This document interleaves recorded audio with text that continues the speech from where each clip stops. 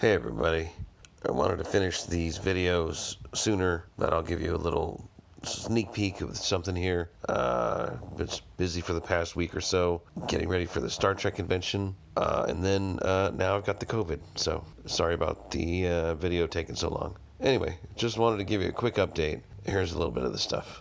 All right, I'll be fine. Thanks for your well wishes, and I'll see you soon.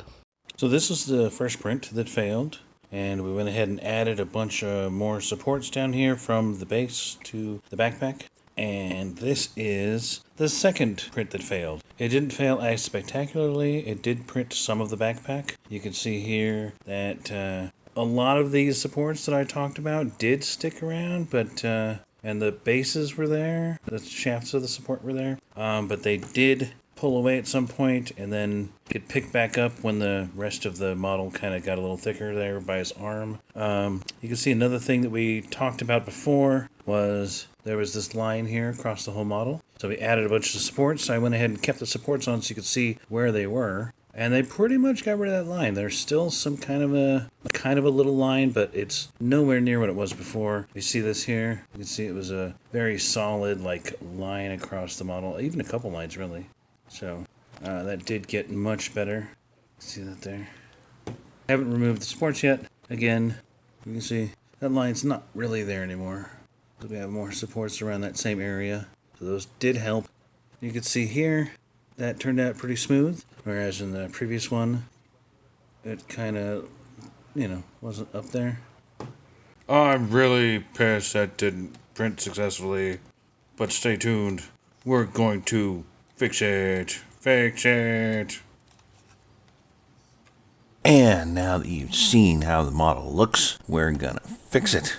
What we're gonna do is we're gonna completely redo the supports. The trick to it is you're going to want to angle it because you don't want anything. Hold on a sec here. Yeah, you don't want anything printing parallel to the build plate. So you can see this whole section of the backpack is parallel to the build plate. It is along the same axis as the build plate. What you're gonna want to do, select the model, click on rotate, see if it'll fit sideways. Nah, his elbows are too big. What we're going to do though is we're going to want to rotate it so that that flat part is no longer flat.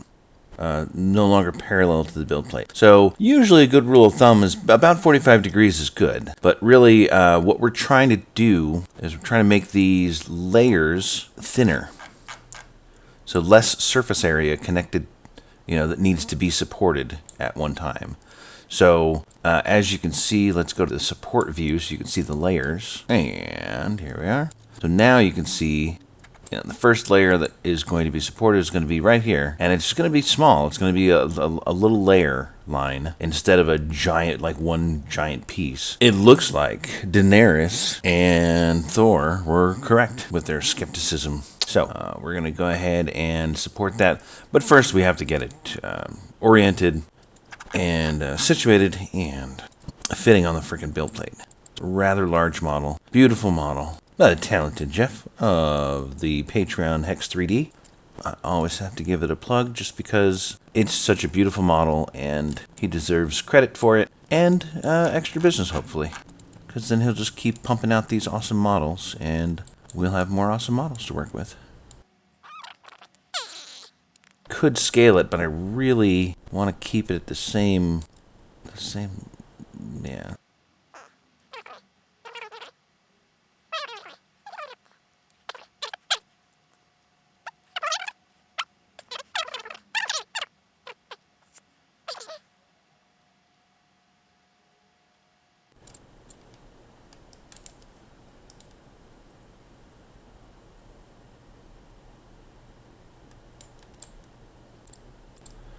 That could work, maybe.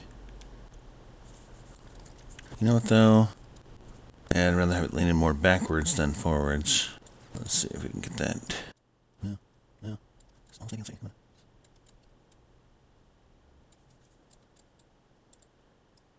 I knew it could be done. And it's nice to have them leaning back. So when we put the supports on, we won't have any supports touching the face and the front of the model that everyone's going to see. Everyone's going to be focused on the front, maybe this side. So having all the supports supporting the back of the model will mean that there's less marring on the front of the model. So let's go into the support section here, because we've got a good angle now. That's a pretty good angle.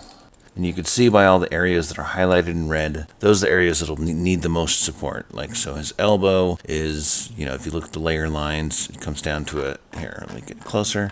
It comes down to a specific point. And this is, needs to be heavily supported here because that's going to be an island. And what that means is there's nothing else around it when it first prints. So when this layer very first appears, it wouldn't be connected to the rest of the model the way we have it currently situated here. So this flat part, let's say this is the build plate, because that's what that is. It's the build plate.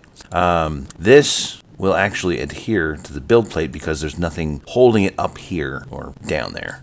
Let's look at it the way it will actually appear in reality, because it'll be upside down. And the support has to hold the weight of it, but it also has to keep it in place. So that needs to be down there, not stuck to the FEP. So if there's no support, it's just going to cure right here. And then when the rest of the model, when the print bed lifts up, it's still going to be there because there's nothing to hold it in place way down here. So the support acts to keep it separate from the FEP.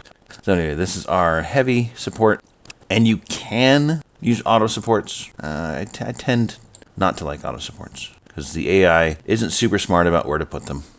And if you get directly under, it'll just show you the tip of the support. So if you place one, let's just place a heavy right here for now. And if you rotate around, there we go. So it's got the skate. And if you notice, the skate is shaped so that you can get under it when you're scraping it off the build plate, which is nice. That is because the bottom is shaped like a skate.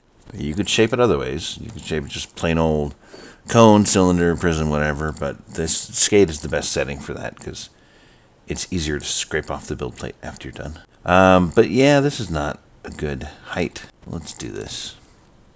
Let's go with at least 10 millimeters off the build plate. And let's raise this some. Okay. So the most important layer to begin with is the first point of contact. So first contact. I wasn't even going for that, but there it is. So I'm putting a heavy. Boom. We're at first contacts, definitely put a heavy. It's always better to have the first layer super well supported. Super well supported. So we're going to put another heavy right here, another heavy right here. And we can clean up the support and marks that it might leave. Those are all right there. I'm also going to kind of fan out the tips a little bit here. So I'm pushing up and down on the arrow key. I'm pushing the up arrow key on the keyboard to reveal more layers of the model slowly so you can actually see what is going to be appearing first on the... And it's hard to move around. There we go. Anyhow, it does take some patience. Alright, so I'm going to click E for edit mode, which puts me into edit mode where I can move things around, like I could move this around. And it is nice to have them connected to each other for additional support. They can lean on each other. Yeah, I'm not going to do that again. Edit. So we're going to edit the tips right here. We're going to add additional tips from the same shaft. So put one there. Put one there. Press E if you want to escape. No, if you want to exit the edit mode. It'll just basically put you in edit mode again so you can select what you want to edit, but it's an easy way to get out of the current editing you're doing. So let's put one, where we can see it a little better here. We're going to put one down here, E for edit, double click this one. I'm going to add another tip right here and add another tip right here. So right now, we're a little over supported, which is exactly what we want to be. The first layer will ever print will be this one. So when obviously it's going to print these supports now. So the first layer now is going to be these supports, but the first layer of the model that's going to print is this one. And if it's not well supported, then the rest of the model will fall out. It'll fall off, and you won't. It won't be good. It won't be pretty. You won't like it. You're gonna have a bad time. But anyway, we want to support all the rest of this too. So they don't all have to be heavies, but for the base, we're going to keep it on heavies. I'm going to go around the outside. If certain areas don't have supports, you're going to get a little sagging in between lines and layers. So I'm going to go nuts with the heavies for now. And I'll probably even add extra tips to all these. And then in the middle, I'll probably give it some mediums or whatever. Those don't need to be too crazy.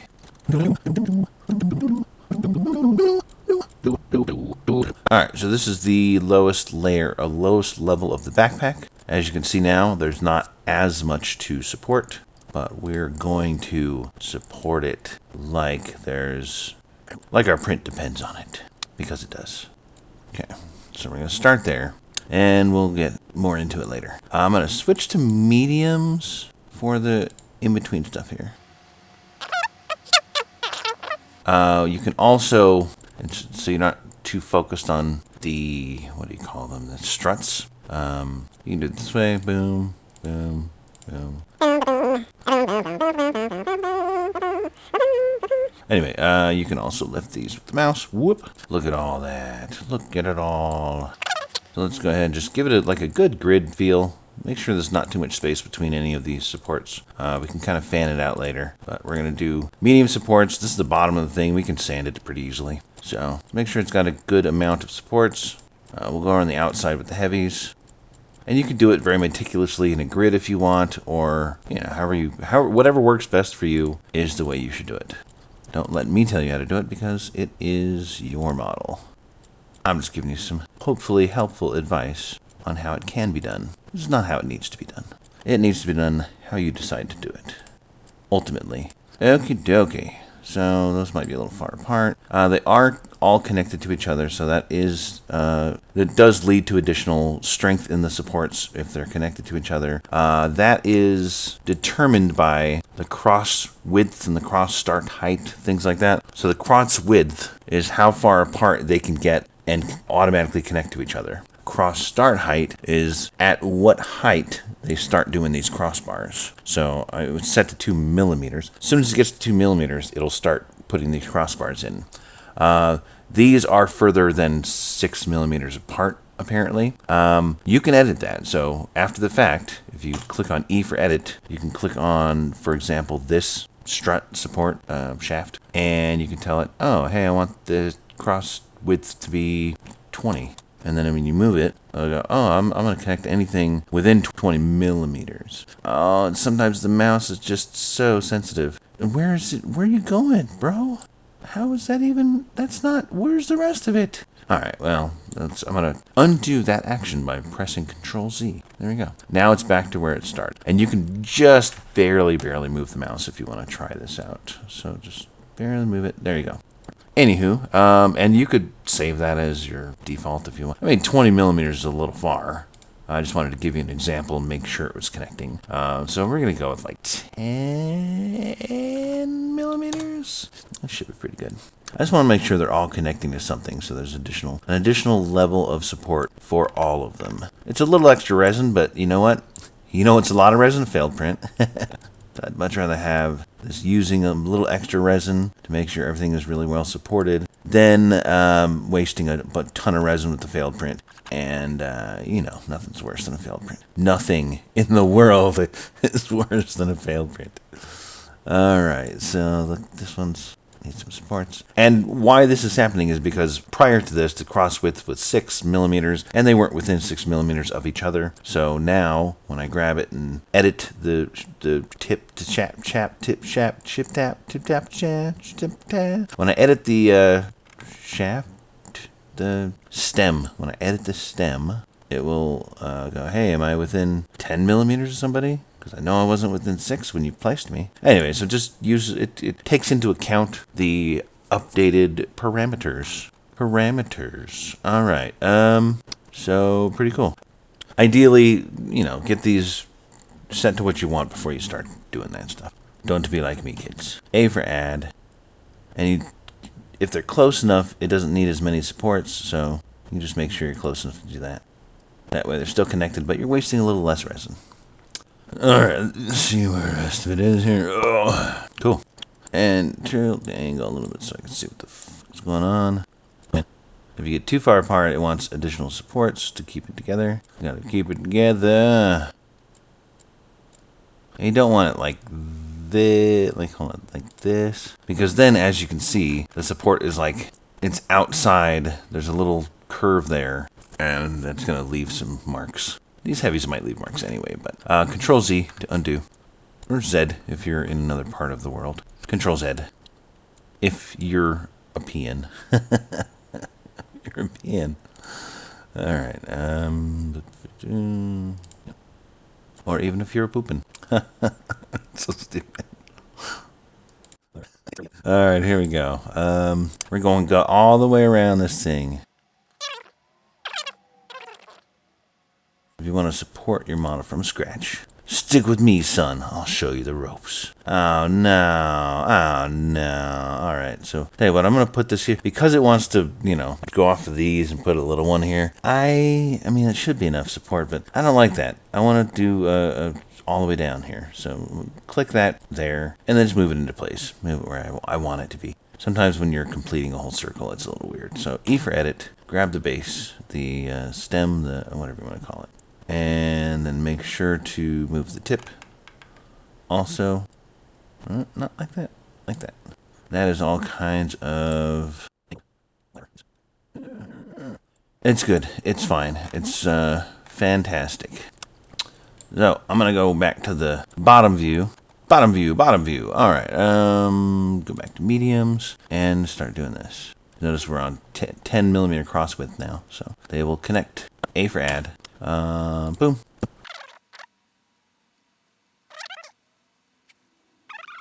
I gotta get this done so this series is finished because there's so many models I want to print now. It is insane. There are just a metric ton of models that I'm ready to start printing. These are good. Tell you what I'm gonna do. Reinforce all of it.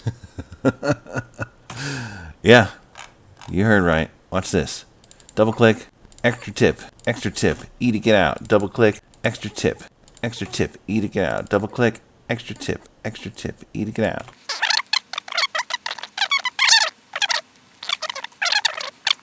These already had extra tips because they were the very first layer, and the very first layer is always the most important. Like this will be very important later because it is what they call an island.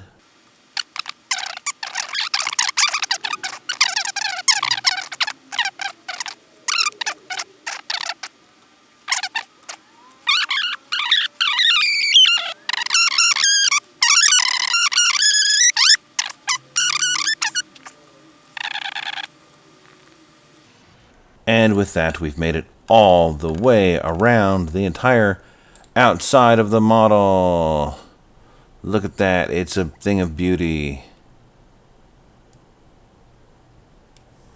Because it's taken longer than I expected to make and edit this video, and to keep it at a watchable length, I'm going to go ahead and cut this half here and post it so that y'all have some content.